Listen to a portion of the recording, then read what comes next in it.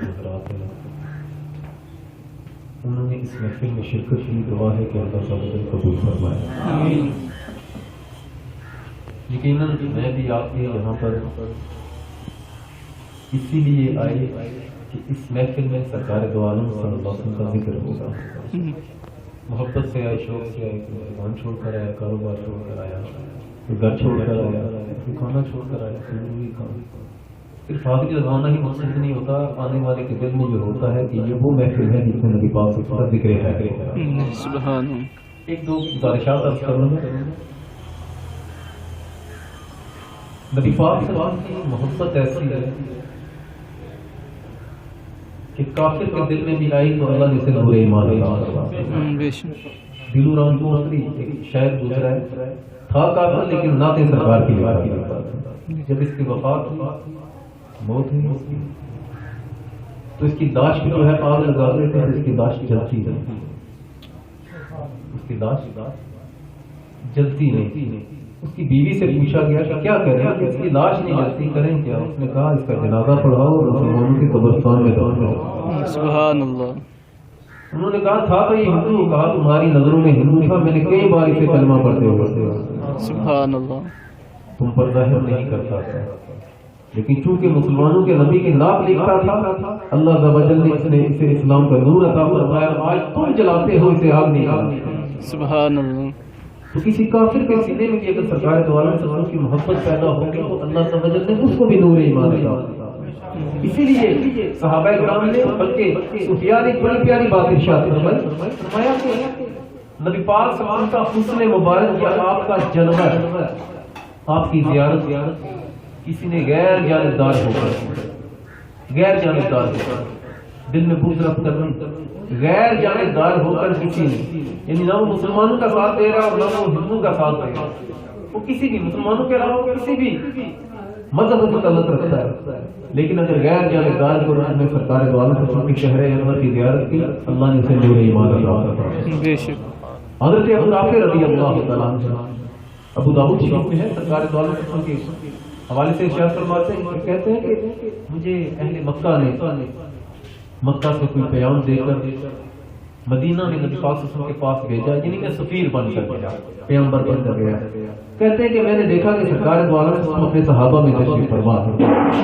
کہتے ہیں میں نے سرکار دو عالم صلی اللہ علیہ وسلم کو دیکھا صحابہ میں بیٹھے ہوئے، کہتے ہیں میں نے کوئی اور معجزہ نہیں دیکھا، میں نے کوئی اور معجزہ نہیں دیکھا، صرف سرکار دو عالم صلی اللہ علیہ وسلم کے چہرے انور کی زیارت کی، اللہ نے فوراً مجھے نور ایمان عطا فرمایا۔ سبحان اللہ۔ عبداللہ بن سلام رضی اللہ عنہ کوئی اور سا بندہ نہیں، یہودیوں کا سب سے بڑا صحابی رسول کے پاس، ان سے یہودیوں نے کہا کہ تم گھر میں بیٹھے ہو، وہاں پر ایک شخص آیا اور کہتا کہ اللہ کا نبی جا کر دیکھو تو صحیح، تم سب سے بڑے اسکالر ہمارے کتابیں جو ہم نے کتب اسماعیلیہ ہے تم سب کو جانتے ہو، سب کے عالم ہو، اور اتنا بڑا عالم گھر میں بیٹھا ہے، جا کر دیکھو تو صحیح بندہ کہتا دیکھو اس میں نبوت کے علامات ہیں بھی یا نہیں۔ عبداللہ بن سلام کہتے ہیں کہ میں جب گیا تو سرکار دو عالم صحابہ میں بیٹھے ہوئے اور آقا کریم صلی اللہ علیہ وسلم نے ارشاد فرمایا کہ لوگوں اسلام کو عام کرو، لوگوں کو کھانا کھلاؤ، کہتے میں نے صرف سرکار کے چہرے کو دیکھا، اللہ نے فوراً ایمان کا نور عطا فرمایا۔ سبحان اللہ۔ کافر کے دل میں بھی اگر یاد تو وہ غیر جانبدار ہو کر دیکھے، اور اگر محبت کی نگاہ سے دیکھا کہ محبت پیدا ہوگی تو اللہ عز و جل نے نور عطا فرمایا۔ لیکن اگر ایک بندہ مومن ہے، اور مومن بنتا ہی تب ہے جب سینے میں سرکار دو عالم صلی اللہ علیہ وسلم کی محبت پیدا ہوتی ہے۔ سرکار نے ارشاد فرمایا تم میں سے کوئی شخص تب تک ایمان والا، کامل ایمان والا نہیں ہو سکتا جب تک اسے میں ہر چیز سے بڑھ کر پیارا نہ مفہوم بتا رہا ہوں، والدین سے بڑھ کر، اولاد سے بڑھ کر، ہر چیز سے بڑھ کر، اس کی جان سے بھی بڑھ کر اسے پیارا ہو۔ اور جس نے اس طریقے سے سرکار سے محبت کی، اللہ نے اس کے ایمان کو اور زیادہ بدلا۔ سرکار نے ارشاد فرمایا فقہ ابن حبان میں اور عود الفائق میں بھی اس کو نقل کیا، سرکار ارشاد فرماتے ہیں کہ اللہ عز و جل نے ایک ترازو رکھا، ایک پلڑے میں میرے ایمان کو رکھا اور دوسرے پلڑے میں تمام انبیاء کے ایمان کو رکھا، پھر تولا گیا۔ سرکار ارشاد فرماتے ہیں انبیاء کا ایمان، پوری کائنات کا ایمان، وہ فرشتے ہیں، وہ جن ہیں، وہ انسان ہیں، وہ شجر پوری کائنات والوں کا ایمان ایک پلڑے میں رکھا گیا، میرا ایمان ایک پلڑے میں رکھا گیا. جب ترازو اس سے تولا گیا تو میرا ایمان سب سے زیادہ وزنی. سبحان اللہ. میرا ایمان سب سے زیادہ وزنی. حضرت آدم علیہ السلام سے بھی وزنی. تمام انبیاء جو 1,10,000 یا 1,24,000 یا 1,40,000 دونوں بیشتر سے بھی دنیا میں تشریف لائے، سب کے ایمان سے زیادہ، سب اولیاء کے ایمان سے زیادہ، سب صحابہ کے ایمان، فرشتوں کے ایمان سے زیادہ سرکار نے ارشاد فرمایا میرا ایمان ہے. پھر آقا نے ارشاد فرمایا انبیاء کے بعد، انبیاء کی بات. اللہ تعالی نے ایک پلڑے میں میرے ابو بکر کے ایمان کو رکھا اور دوسرے پلڑے پر تمام اولیاء، تمام صحابہ، تمام کتب، تمام اوقات، تمام نجبا، تمام اغیاث، زمانے کے جتنے بھی ولی، تمام مومنوں کا ایمان دوسرے پلڑے میں رکھا گیا. جب تولا گیا تو میرے ابو بکر کا ایمان ان سب سے زیادہ ہوا. سبحان اللہ. سبحان اللہ. سب سے زیادہ ہوا. اس کی وجہ کوئی اور نہیں تھی. نمازیں تو سارے صحابہ پڑھتے، زکوٰۃ جن پر فرض تھی وہ دیتے تھے، جہاد میں جس کی توفیق تھی وہ شرکت کرتے تھے. لیکن جو محبت صدیق اکبر کو سرکار سے تھی اسی محبت کسی اور کے پاس. اور اس محبت کا اثر یہ تھا کہ سرکار دو عالم جب ہجرت کی غار ثور میں حضرت صدیق اکبر نے سرکار دو عالم کے ساتھ کچھ دن قیام کیا، رات بھی دن بھی، صحبت کا اثر اتنا زیادہ ہوا کہ جب آپ غار ثور سے نکل کر مدینہ کی طرف گئے، مدینہ میں جب داخل ہوئے تو سرکار کی صحبت کا رنگ اس قدر چڑھ چکا تھا کہ لوگوں کو یہ نہیں پتا چلتا تھا کہ صدیق اکبر کو نا محمد صلی اللہ علیہ وسلم کو. سبحان اللہ.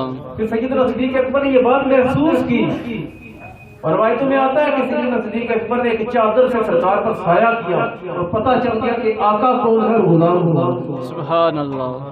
سرکار دو عالم سے جن کی محبت جس قدر زیادہ ہوتی جاتی ہے ایمان کا وزن اس قدر بڑھتا جاتا ہے.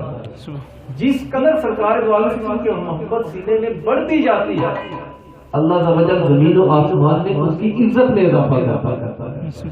زمین و آسمان اس کی عزت. ورنہ بلال حبشی تو حبشی نسل کے تھے، بظاہر لوگوں کی نظروں میں وہ خوبصورت نہیں تھی، بظاہر ان کا رنگ سورلا تھا، بظاہر ان کی ناک چپٹی تھی، لیکن سرکار نے ارشاد فرمایا بلال کیا وجہ ہے، میں جب بھی جنت میں جاتا ہوں کہ وہاں پر تیرے قدموں کے چلنے کی آواز. سبحان اللہ. سبحان. محبت سرکار دو عالم تو سے محبت تھی، عشق تھا. اور جب آپ کو مارا جاتا تو آپ حق کی صدائیں بلند کرتے، اور پھر آپ کی جب وفات کا وقت قریب آیا حضرت بلال حبشی رضی اللہ عنہ، آپ کی بیوی نے کہا کتنے غم کی گھڑی ہے. کہا وہ غم کی گھڑی نہیں، یہ تو خوشی کی گھڑی ہے. بیوی نے کہا کہ وفات ہونے والی ہے. کہا وفات ہوگی تو سرکار سے ملاقات ہوگی. سبحان اللہ. کہنے کا مقصد یہ ایک تو بندہ محبت میں جس قدر کامل ہوتا جاتا ہے اللہ تعالی اس قدر ایمان میں ایمان کے وزن کو بڑھاتا ہے. ایمان بڑھتا ہے، ایمان کامل ہوتا ہے تب جب سرکار کی محبت کامل. اور دوسری بات میں نے کہ سرکار دو عالم کی محبت اگر دل میں کامل ہے تو اللہ تعالی دنیا میں بھی عزت عطا فرماتا ہے، آخرت میں بھی عزت عطا فرماتا ہے. سبحان اللہ. قرآن میں ارشاد فرمایا فانتم الاعلون ان کنتم مؤمنین، تمہیں بلندی اللہ عطا فرمائے گا. بلندی تمہارے لیے، عزت تمہارے لیے، شرف تمہارے لیے، بزرگی تمہارے لیے. شرط یہ ہے کہ تم مومن ہو، پکے سچے عاشق رسول ہونے چاہیے. تمہیں کسی کی سرٹیفکیٹ لینے کی ضرورت نہیں، تمہیں اپنا آپ پر صاف کرو. تم پکے مومن بن جاؤ، بلندی میں تمہیں عطا کرتا ہوں. حضرت ویسے کرنی رضی اللہ عنہ، حضرت عمر فاروق رضی اللہ عنہ حاجی ہے مکہ شریف، وہ آپ نے اعلان کیا اور لوگوں بتاؤ اویس کون ہے. ایک بندہ کھڑا ہو کر میں اویس کو جانتا ہوں. پوچھا کیوں؟ بندے پوچھا آپ کیوں پوچھ رہے ہیں؟ شاہ اس کی میرے پاس کوئی امانت پڑی ہے، میں اسے ملنا چاہتا ہوں. کہا خلیفہ تو مسلمین، آپ اس سے ملیں. وہ تو بکریاں چراتا ہے، وہ تو بکریاں چراتا ہے. اس کا چہرہ زر آنکھیں اندر دستی، بال گردن دور رہتے ہیں، کپڑے اس کے پھٹے پرانے، دبلا پتلا سا وہ ہے، بکریاں چراتے ہیں. آپ اس سے جا کر ملیں. سرکار دو عالم صلی اللہ کے بارے میں فرمایا کہ کچھ لوگ ایسے ہیں کہ جن کی آنکھیں اندر دھنسی ہوئی، ان کے بال گرد آلود، ان کے کپڑے پھٹے ہوئے، دنیا والے ان کی عزت نہ کرے، لیکن رب کی بارگاہ میں مقام یہ ہے لو اقسم علی اللہ لأبرہ، اگر کہہ دے کہ ہو جا، خدا کی قسم وہ ہو جا، زبان سے نکالے تو اللہ تعالی جل اس کام کو کر دیتا۔ تو حضرت عمر فاروق رضی اللہ تعالیٰ برسر ممبر بلال اویس کون ہے، تو جب بتایا گیا کہ وہ وہاں پر رہتے ہیں وہاں جگہ پر، تو حضرت عمر فاروق رضی اللہ تعالیٰ عنہ حضرت علی کو ساتھ آپ نے رکھا، اور ایک روایت میں ہے کہ حضرت بلال صحابی رسول اور وہ ہستی کہ سرکار دو عالم صلی اللہ علیہ وسلم نے ارشاد فرمایا لو کان بعد نبی لکان عمر، اگر میرے بعد کوئی نبی ہوتا نا تو میرا عمر ہوتا۔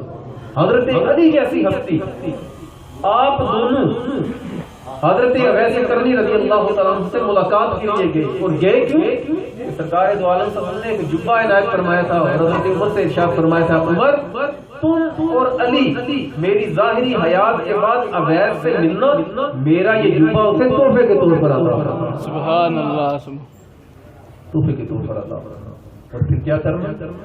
لوگوں کی نظروں میں وہ اس کے بال گرد آلود، کپڑے پھٹے ہوئے، لوگوں کی نظروں میں وہ بکریاں چراتا ہے، لیکن میرا اویس وہ ہے کہ اس کی دعا کا صدقہ، اس کی شفاعت کے صدقے اللہ عز و جل میری امت کے لوگوں کی بنو قلب کی بکریوں کی تعداد کے برابر لوگوں کی مغفرت فرمائے۔ رب کی بارگاہ میں عزت کیسے بڑھی؟ سرکار سے محبت سرکار نے خود ارشاد فرمایا وہ میرا اویس، یمن کی طرف رخ انور کرتے ہیں، فرماتے مجھے اس طرف سے کچھ گدار ہوا آتی، صحابہ نے آپ کی حقا کیا فرمایا ادھر میرا اویس ہے، میرا مفہوم بتا رہا ہوں حدیث روایت کا، میرا اویس ہے، ماں کی خدمت کی وجہ سے میرے پاس ملاقات کے لیے نہیں آ رہی، ماں کی خدمت کر رہا ہے۔ تو دوسری بات جو میں نے عرض کی ہے وہ یہ کہ جو بندہ سرکار کا عاشق بنتا ہے اللہ عز و جل اس کی عزت میں اضافہ کرتا ہے۔ عزت وہ نہیں جو دنیا میں ہی، ہاں اللہ عز و جل سرکار کے عاشق کو دنیا میں بھی عزت عطا فرماتا ہے، لوگ اس کی عزت کریں یا نہ کریں، زبانوں سے جو بھی کہیں اللہ اس کی محبت لوگوں کے دلوں میں پیدا کرتا ہے۔ اللہ عز و جل کے حبیب علیہ السلام نے ارشاد فرمایا کہ بندہ اللہ عز و جل کی عبادت کرے کسی ایسی چٹان کے اندر جس کے نہ کوئی کھڑکی ہے نہ دروازہ، نہ ہوا اندر جا سکتے نہ باہر آ سکتے، لیکن اللہ عز و جل پھر بھی اس کی محبت لوگوں کے دلوں میں پیدا فرماتا ہے۔ سبحان اسی طرح یاد رکھیے گا حضرت اویس کرنی رضی اللہ تعالیٰ عنہ مدینہ شریف آئے لیکن سرکار دو عالم صلی اللہ علیہ وسلم کی زیارت نہیں ہو سکی، ملاقات نہیں ہو سکی، سرکار دو عالم صلی اللہ علیہ وسلم ملاقات، لیکن محبت تھی۔ صحابہ کرام نے عرض کیا آقا ایک بندہ مشرق میں رہتا ہے اور جس سے وہ محبت کرتا ہے اس کا محبوب وہ مغرب میں رہتا ہے، تو آقا ان کے بارے میں کیا حکم ہے؟ فرمایا بروز قیامت تم اسی کے ساتھ اٹھو گے جس کے ساتھ تم محبت کرنے والے۔ سبحان اللہ، قیامت کے دن تمہیں ڈھونڈنا نہیں پڑے گا، قیامت کے دن تمہیں ڈھونڈنا نہیں پڑے گا، اللہ کا جب خود تعارف کروائے گا، ہاں اللہ نے تم کا احمد کا پیا، یہ وہ بندہ ہے۔ قیامت کے دن رب فرشتوں کی ڈیوٹی لگائے گا کہ فلاں بندے کے پاس اسے لے جاؤ اور اسے بتاؤ یہ وہ بندہ ہے جس کے ساتھ تم اللہ کی خاطر محبت کرنے والے۔ سبحان اللہ، کہنے کا مقصد دوسرا ہی، ایک تو اللہ عز و جل سرکار کے عشق کا صدقہ ایمان میں مضبوطی ہوتی، اور سرکار کا جو عاشق ہے اس کی اللہ دنیا میں بھی عزت بڑھاتا ہے اور آخرت میں بھی عزت بڑھاتا ہے۔ اور تیسرے نمبر یہ کہ جس کو سرکار سے محبت ہوتی ہے وہ کبھی بھی بزدل نہیں ہوتا، بے شک اس کی وہ کبھی بھی بزدل نہیں ہوتا، اسے نہ تلواریں ڈرا سکتی ہیں، نہ کوئی تیر ڈرا سکتے ہیں، نہ کوئی بھالے ڈرا سکتے ہیں۔ ایک صحابی تھے وہ حضرت علی رضی اللہ تعالیٰ عنہ ممبر پر تشریف فرما ہوتے جب خطبہ دینے کے لیے نا، تو وہ صحابی جب آتے نا تو حضرت علی جو ہے ممبر سے نیچے اترتے، اس کے ہاتھ پر ان کا ہاتھ شل تھا، یہ انگلیاں نہیں تھی، انگلیاں ان کی نہیں تھی، ہتھیلی کا بھی کافی سارا حصہ غائب تھا، تو حضرت علی نیچے اترتے اور ان کے اس ہاتھ کو بوسہ دیتے۔ لوگوں نے کہا کہ علی آپ ممبر سے نیچے اتر کر اس کے ہاتھ کو بوسہ کیوں دیتے ہیں؟ تو حضرت علی فرماتے کہ اس نے اس ہاتھ سے احد کے میدان میں تیر چل رہے تھے، یہ ڈال لے کر کھڑا تھا، جب ڈال ٹوٹ گئی تیر سرکار کی طرف آتے تھے، سرکار تکلیف پہنچنے دیتا تھا، اس نے اپنے ہاتھ کو آگے کیا، سبحان اپنے ہاتھ کو اس نے آگے کیا، اس کی اس محبت کی وجہ سے اس کے ہاتھ کو ٹوٹ رہا۔ تو سرکار محبت جس کے دل میں آئے نا وہ بندہ بزدل نہیں ہوتا۔ غازی خدیج شہید رحمۃ اللہ علیہ کو ہمارے 21 برس کا نوجوان سمجھے داڑھی نہیں پوری نہیں نکلی، 21 نہ کوئی قرآن پاک پڑھا ہوا، نہ کوئی عالم دین، ترخان کا بیٹا، قرآن پاک دیکھ کر نہیں پڑھتا۔ جب آپ کی شہادت کا وقت قریب آیا غالباً سیال شریف کے پیر صاحب کے، تو لوگ کسی نے کہا کہ ان کے سامنے سورہ یوسف یا سورہ یاسین پڑھو، تو پیر صاحب پڑھتے پڑھتے نا ان پر نا وہ آبدیدہ ہو گئے، ان پر وہ غم کی کیفیت آ رہی ہوگی کہ اس عاشق کے رسول کو کل پھانسی دے دی جائے گی، وہ کہیں سے بھول گئے نا، تو غازی قاری شہید رحمۃ اللہ علیہ نے ان کو حکم دیا، یعنی ان کو بتایا کہ یہاں سے یہ پڑھیں، قرآن دیکھ کر نہیں پڑھنا جانتا تھا، یہ کیسے مفہوم بتا رہا ہوں اس بات کا اپنے انداز۔ اس نے کہا روزانہ مجھے سرکار کی بارگاہ سے قرآن پڑھایا جاتا ہے۔ سبحان اللہ۔ قائد اعظم رحمۃ اللہ علیہ نے کہا علم الدین انکاری کر دو یا کوئی اس طرح کی بات کہی، کہا یہ نہیں ہو سکتا۔ علامہ اقبال جیسی ہستی اور پھر جماعت علی شاہ صاحب جیسی ہستی رحمۃ اللہ علیہ، پھر جماعت علی شاہ صاحب رحمۃ اللہ علیہ جب آپ کے جنازے میں شرکت کی نا غازی علم الدین شہید رحمۃ اللہ علیہ کے جنازے میں، تو ہم گش کھا کر گرے، تو لوگوں نے پوچھا حضرت بے ہوش کیوں ہوئے؟ کہا بہت سے جنازے پڑھائے لیکن اس جنازے میں شرکت کی تو سرکار کا دیدار کیا۔ سرکار دوالہ کی محبت جس کے سینے میں ہوتی ہے، ایک تو اس کا ایمان بڑا کامل ہو جاتا ہے، اور دوسری اس کی دنیا اور آخرت میں عزت بڑھ جاتی ہے، اور تیسرا یہ معاملہ ہے کہ اللہ تعالیٰ جب اس سے بزدل نہیں ہونے دیتا وہ بندہ دلیر بن جاتا ہے۔ سرکار دوالہ سے ایک صحابی غالباً یہ جب یہ خالد بن ولید رضی اللہ تعالیٰ کے دور میں ملک شام میں عیسائیوں کے ساتھ وہ ہمارا اسلامی جہاد شروع تھا، تو ایک صحابی کو آپ نے بھیجا غالباً حضرت ابو ہریرہ حضرت عمر فاروق رضی اللہ عنہ کی طرف سے سفیر بنا کر عیسائیوں کے جو بڑا تھا ان کے پاس، اس کا دربار لگا ہوا تھا، تو اس صحابی کو اس نے کرسی پر بٹھایا، صحابی نے کرسی پر بٹھایا، صحابی کو بادشاہ نے کہا اس کرسی پر بٹھایا، قالین بڑا نرم تھا، کرسی بڑی جو سونے کی، وہ جو صحابی تھے وہ ان کا دھیان نہیں تھا، توجہ نہیں، بیٹھے بیٹھے ان کی جب ہاتھ لگا اور نظر پڑی تو فوراً اٹھ کھڑے۔ اس بادشاہ نے کہا اس کا کیوں اللہ کے بندے سونے کی کرسی پر بٹھایا ہے، ہم تمہیں عزت دیتے اور تم کرسی چھوڑتے، یہاں تو وہ بندہ بیٹھتا ہے جس کو ہم نے عزت دی ہوتی ہے۔ کہا تمہاری عزت تمہارے منہ پر، ہماری عزت اسی میں ہے جو سرکار کی سنت ہے۔ میرے نبی نے ارشاد فرمایا کہ سونے کی کرسی پر نہیں بیٹھنا، ہم عزت اسی میں سمجھتے ہیں کہ سونے کی کرسی پر نہ بیٹھنے کی عزت۔ بڑے دربار حضرت خالد بن ولید رضی اللہ تعالیٰ عنہ آپ کے فتوح شام علامہ ماقدی رحمۃ اللہ علیہ کو اٹھا کر دیکھیں، آپ نے 30,000 کے لشکر کے مقابلے میں صرف 30 صحابہ آپ لے کر گئے، اور 30 صحابہ نے 30,000 کے عیسائی لشکر کو شکست دے دی اور واپس کیا۔